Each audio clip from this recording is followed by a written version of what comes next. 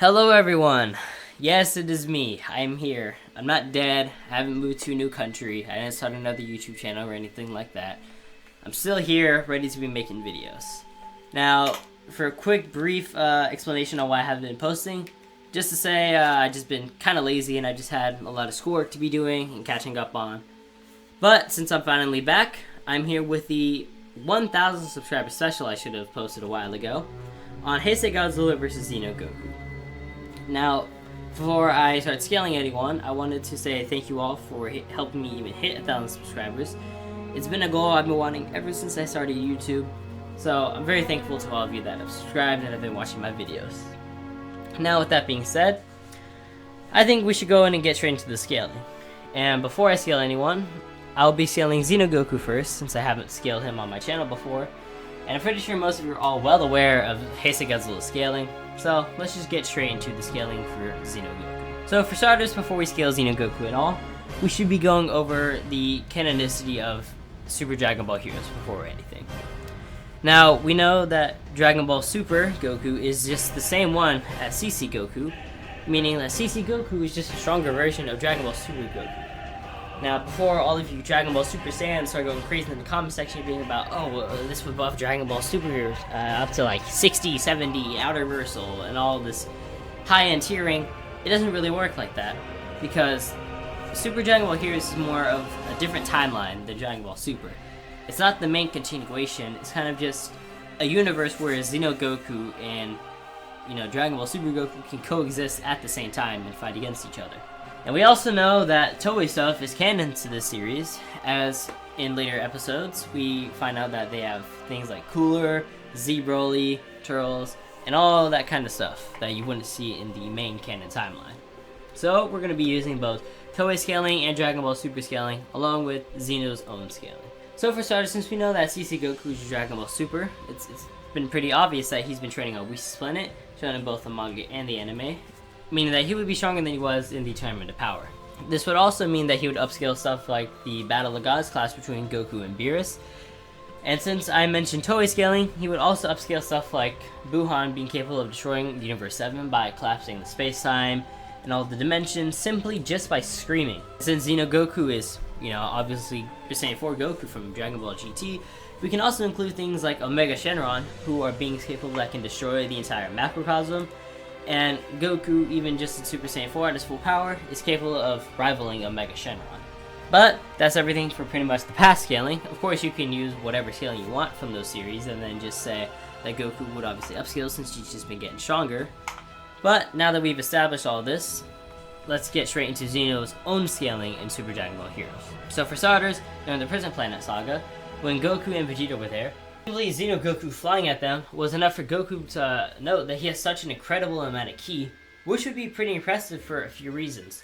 Number one, we know that Goku's been training, so he's not only gotten stronger, but this would also mean that Xeno could be potentially capable of rivaling people in the Tournament of Power, like Jiren, Gogeta, Broly, and all this kind of stuff from other arcs. We also know that after a single hit from Xeno Goku in Goku's base form, it was enough to push him all the way up to Super Saiyan Blue and then fight against Xeno Goku. In the anime version, it's also noted that in the direct title, this is a transcendent battle of sorts, which is pretty impressive considering knowing the entire cosmology of Dragon Ball. This is at the very least 4D, but you can probably argue this up to 5D due to Otherworld. And then after all this, the next time we see Xeno Goku is when we get into the Dark Star Dragon Balls. Now, you might be wondering what the Dark Dragon Balls are. As you can tell, they're Dragon Balls, but they're more of a dark and evil kind of version. The Dark Dragon Balls are capable of going beyond space-time itself, and you can even harness their power into you, such as Xeno Frieza being capable of powering up to 100% when using it. Now, this is pretty impressive as we know that Xeno Goku can, number one, fight beings that are empowered by the Dark Dragon Balls. We also know that CC Goku can do the same, and that both CC Goku and Xeno Goku are relative in terms of tiering. Then Xeno Goku just going into Super Saiyan 4 is capable of affecting all of time itself. With the power of Xeno Goku in Super Saiyan 4 being so great that his unrestricted power could only be used in the Demon Realm, which was sealed off from the ordinary flow of time and history, and that if Xeno Goku wasn't there, he would likely break all of it. Then, of course, we all know the famous fight between Xeno Goku and Heisei Goku when they go all out. As when Xeno Goku uses Super Saiyan 4 Limit Breaker, he can fight against Ultra Instinct Heisei Goku. And while they seem to be relative, he ultimately lost to MUI, but they should still be relative in tiering. Now, this is actually pretty important, as Heisei Goku and the warriors of Goku's timeline are said to be the strongest warriors at the time during the Prison Planet Saga. And Xeno Goku can scale to the stronger Goku. This will clearly put him above all the rest of the other warriors. This will also make him superior to Mechamaru, who dates way back before this time. Mechamaru is actually pretty important, as his Chaos Ball, or Black Hole, which was also able to consume the entire world into darkness, and can consume all dimensions with only Toki being able to say them. Even after he absorbed the seed, which would allow him to defeat even people like the Grand Priest and Grand Xeno, Goku thought that he could contend with him in Ultra Instinct. Now, this is pretty crazy for a variety of reasons. Number one, Goku's not even using Master Ultra Instinct here. And this is something that Xeno Goku is capable of going relative to later on in the arcs. Number two, being able to defeat the Grand Priest and Grand Xeno, is an extremely good feat, as we clearly all saw what happened with Zamasu back during the Goku Black Arc. Xeno quite literally erased the timeline because he thought Zamasu was disgusting. If that doesn't tell you about his power, honestly, I'm not sure what will. It's also noted that Goku can transcend in space and time with his instant transmission and go through different time periods. And obviously Xeno Goku both has that, it can go relative to another Goku that has that. But I also want to mention one more thing before we get into the hacks of Xeno Goku, and that is the Universe Tree.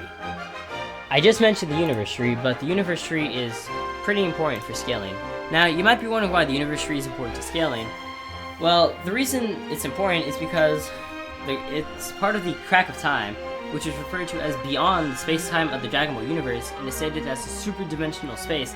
Also both shown and stated that not even Super Shenron, the dude who can reverse like Grand Zeno's erasure of the universes, can only destroy the roots of the tree and not the full thing. And remember how I mentioned Hearts? Well, Hearts also has super gravity, which compresses everything into a single point when he uses attacks, like his gravity, which would further just imply that Xeno Goku scaling to Heisei Goku is at the very least 5D. Then you have things like the Universe Tree being super dimensional compared to this, which you could potentially argue all the way up to 6D if you wanted to at its higher ends. But keeping with the consistent stuff, we also know that the tournament hosted by EOS was slated to be a tournament of the strongest beings across the multiverse, with Xeno Goku being one of them, and that it was also a super dimensional tournament as it's beyond space and time. So this further just implies that Xeno Goku could be scaled all the way up to 5D and even higher. So with all this being said, where would we scale Xeno Goku? Well, he would be scaled around anywhere from 40 to all the way up to 60 at his highest ends. So this is pretty impressive. But what about his hacks? Well, for one, Xeno Goku would have Type 1 casualty. Xeno Goku can also resurrect himself. It can also reset enemies' power levels back to their initial level during the battle. Xeno Goku can also passively reduce the damage of moves of a certain level that are quite powerful all the way down to 0.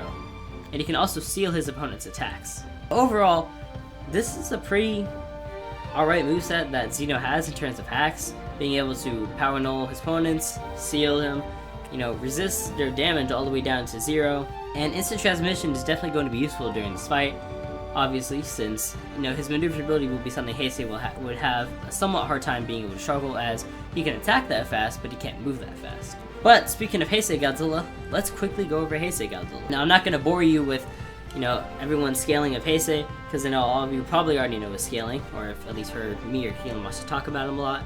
So this will be a pretty short summary. So for starters, we know that in Return of Godzilla, and in Godzilla vs. Bylance, Godzilla is stated to be stronger than the Showa era counterpart, which is actually pretty consistent, as after killing Bylance, both the movie and the official website for Godzilla both confirm that Space Godzilla is made up of part of Bylance's cells. So this is a pretty impressive feat, as number one, Space Godzilla's black hole's feat is already more impressive than anything in the Showa era. But we also know that black holes are the trap of the universe, which would put them above things like the fourth dimension that are beyond the scope of 3D weapons, and that humans can't even perceive it, as if they were trying to look in it, it's just complete darkness to them. So this is pretty impressive, as just early on into the Heisei era, Godzilla is already stronger than his Showa era counterpart. And this is actually supported by Biollante, as it's stated multiple times that Biollante is the strongest monster that Godzilla has faced up to this period throughout the series. Then of course, in Godzilla vs. King Ghidorah, Heisei Ghidorah is stronger than his Showa King Ghidorah counterpart, who is invincible in space, which will put him above the black holes that are above the 40 dimensions. And not only is he stronger, but when he turns into Mecha King Ghidorah, he's even stronger. And the attacks that he used are all imbued with the same time that he used to transcend the barriers of time and basically break the timeline of the Heisei Godzilla universe and just fly beyond it. Then Mothra and Batra are pretty obviously stronger than Heisei King Ghidorah, as Godzilla grows stronger not just every second, but every day and throughout fights.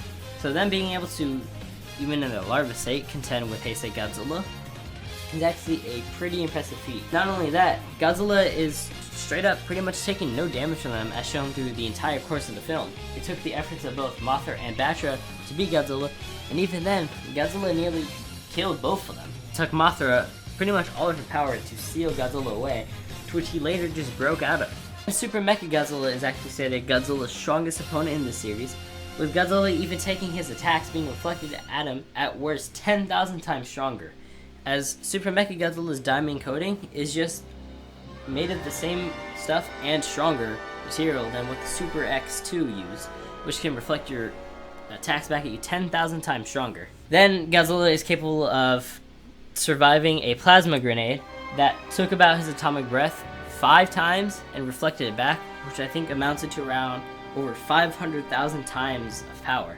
Then of course, with the armor on his back, Mechagodzilla is 200% stronger, or 200 times stronger than he currently was. So this would just mean that Godzilla, when he's capable of going relative to Super Mechagodzilla at this state, would just show his increase of power is absurd. Then of course, after Godzilla unlocked the red spiral ray, after Rodan died and then transferred his energy into Godzilla, Godzilla simply being there and using his atomic breath, or spiral ray I should say, was capable of melting Mechagodzilla's diamond coating, which, as I said before, was capable of reflecting back Godzilla's atomic breath in the Biollante film at 10,000 times stronger. So for them to just be able to both melt and withstand this is a pretty impressive feat. And then of course, in Godzilla vs. Space Godzilla, it would come to no surprise that Space Godzilla was Godzilla's strongest opponent. Not just that, Space Godzilla is also stronger than Godzilla in their initial counters until Godzilla ultimately kills Space Godzilla at the very end with his red spiral ray. We also just know that Space Godzilla comes from beyond dimensions. So if you wanted to argue this, you could potentially argue this up to 5D, as since we've already gone over how the 4 dimensions are in play here. But we also know that Space Godzilla can transcend the laws of physics and use super gravity at will in his attacks, which would just mean that at the very least he's transcending laws that are binding 40 dimensions, which would grant 5D, and then you have super gravity, which is also 5D, since it'd be higher dimensional. But if we were to argue it higher dimensional to the laws of physics, then you could even argue this all the way up to 6th dimensional. Now that's everything in terms of base Godzilla, but I also wanted to include Burning Godzilla as another factor in this fight. And Burning Godzilla, of course, can't fight against Destroyer, who is the strongest enemy of the entire Godzilla series up to this point, with it also being confirmed on the official Godzilla website. Godzilla, using his Infinite Eat Ray, not only grows infinitely stronger every time he uses it, but was capable of just blasting through Destroyer to where Destroyer had to start running away. And with Godzilla's obvious power growth, his power would be insane here. Because not only, as I mentioned before, is he growing stronger, but he also has so much power that if he were to explode, it would be enough to basically destroy the entire universe. But what hacks does Heisei Godzilla have? Well, I mentioned how Heisei Godzilla can consistently grow stronger throughout the day, during fights, and just every second he's just getting stronger. But he also has, type 1 casualty and resistance to erase your existence, since he can survive the time paradox and defy it, which is capable of erasing him from existence in a separate timeline. Heisei Godzilla should also have the properties of breaking down space-time as well, as if you use Orochi scaling, he can scale to beings that have a hyperspace in them and can break down space-time. And after killing Space Godzilla when he took in his energy, he also took in his abilities, likely as well, which would mean that he should also be able to not be affected by the laws of physics. He should also be capable of manipulating space-time, and all that kind of stuff too, on a much similar scale than Xeno Goku.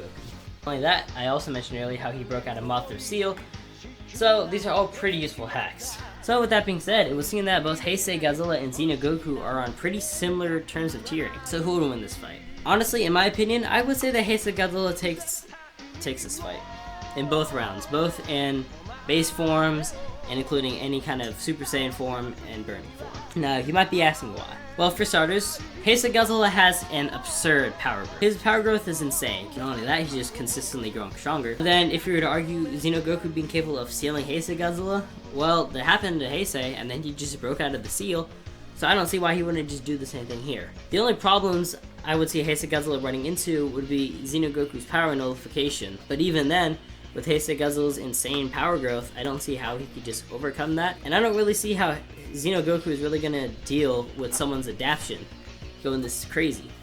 I mean, even if we were to say that Xeno Goku could just nullify all of his attacks to where he'd deal no damage, Xeno Goku himself wouldn't really be able to counter Heisei Godzilla's just absurd growth, and he'd just eventually get overwhelmed. And then of course, when you take into account, like, burning Godzilla, his infinite growth with his infinite heat ray is just absurd. Of course, you can't argue Xeno Goku winning. I'm not gonna, disregard that and be like, oh yeah, Heisei Godzilla wins 10 out of times here. No, you could definitely argue Xeno Goku here.